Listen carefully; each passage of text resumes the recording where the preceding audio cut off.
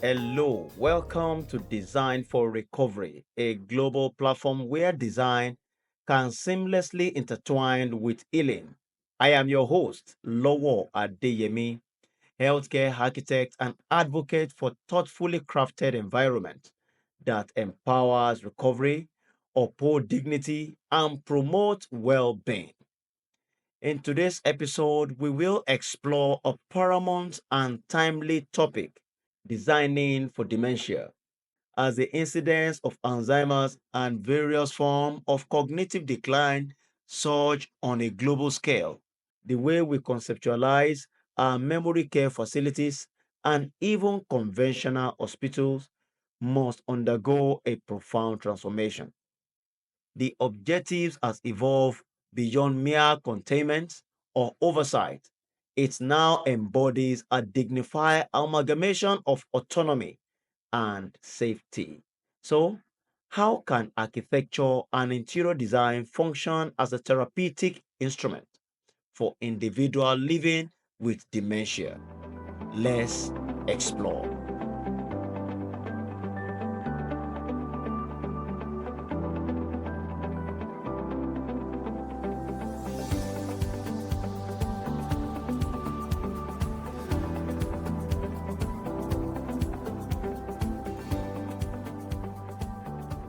To design effectively for individual with dementia, it is imperative to first comprehend the intricate nature of this condition. Dementia is not just a singular ailment, rather, it constitutes a syndrome characterized by memory impairment, diminished reasoning capacity, confusion, and disorientation. These cognitive alterations frequently culminate in agitation, aimless wandering, and profound emotional distress. What are the key symptoms that impact our design strategies for people with dementia? First is spatial disorientation, and the second on the list is challenges with short term memory. Thirdly is visual perception effect. And the last on this list is elevated anxiety in unfamiliar environments. So, our design must proactively anticipate these challenges, not through imposition, but with lucidity, tranquility, and subtle guidance. I would like us to meticulously dissect the fundamental elements of an environment design to support individual with dementia. To start with is intuitive wayfinding. People beset by dementia often grapples with challenges related to spatial memory and orientation. In this context, the importance of environmental legibility assumes a critical significance. We will look at the design strategies associated with intuitive wayfinding. The first is a color coded zone. There is a need to implement a cohesive color palette or motif for each corridor or wing to cultivate subconscious cues. The second is landmarking. There's a need to incorporate artwork, furniture, or memory boxes to establish orientation anchors. Familiar artifacts assist residents with dementia in navigating through recognition rather than reliance on memory. And thirdly, which is the last for this segment, is visual access. There is a need to ensure lengthy and monotonous corridors. You can make use of open sight lines and glazed doors to create visual connection between destinations, such as dining rooms or lounges. So, attached to this segment are evidence-based design tools that can be of use. And I will be mentioning just one out of so many.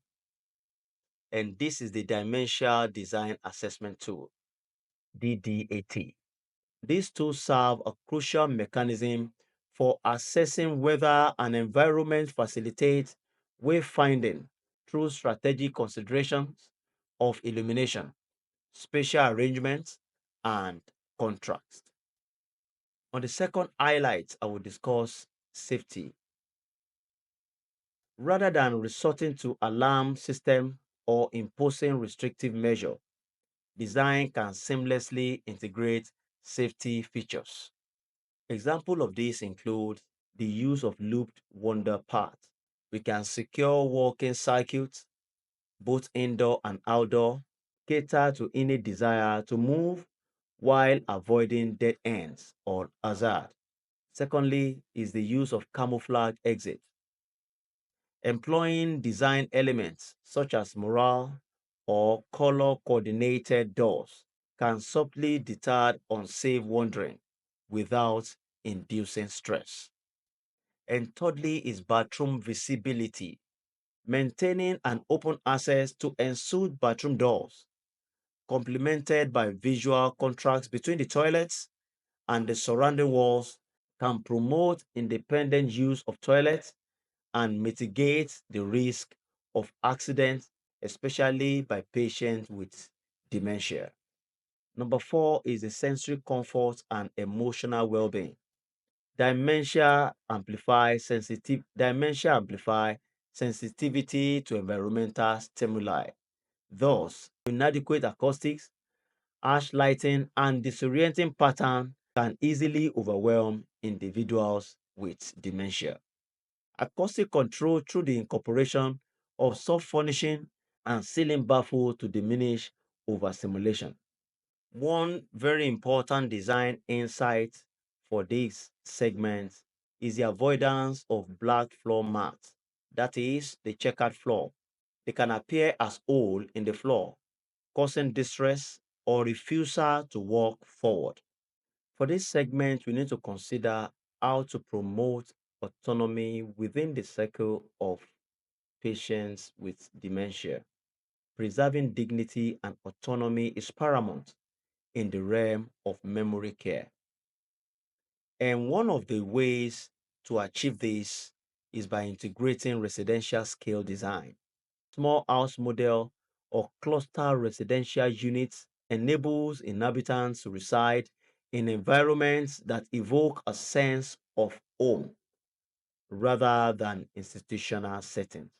I will mention few benefits of having a residential scale setting. The first of those benefits is that it mitigates agitation through familiar and personalized environments. It also fosters strong connection among residents and staff. And lastly, it yields outcome in engagement, nutrition, and hygiene. One paramount advantage of having a residential scale setting integrated is it allows residents to incorporate their personal furnishing, photographs, and cherished mementos. These artifacts serve as spatial anchors and sources of emotional solace. So, what is the evidence based strategy for this segment? Positioning memory stations near room entrances help residents identify their home spaces and encourage reminiscence. Just as I have consistently asserted, a connection to nature serves as a profound therapeutic avenue for all, particularly for individuals grappling with dementia.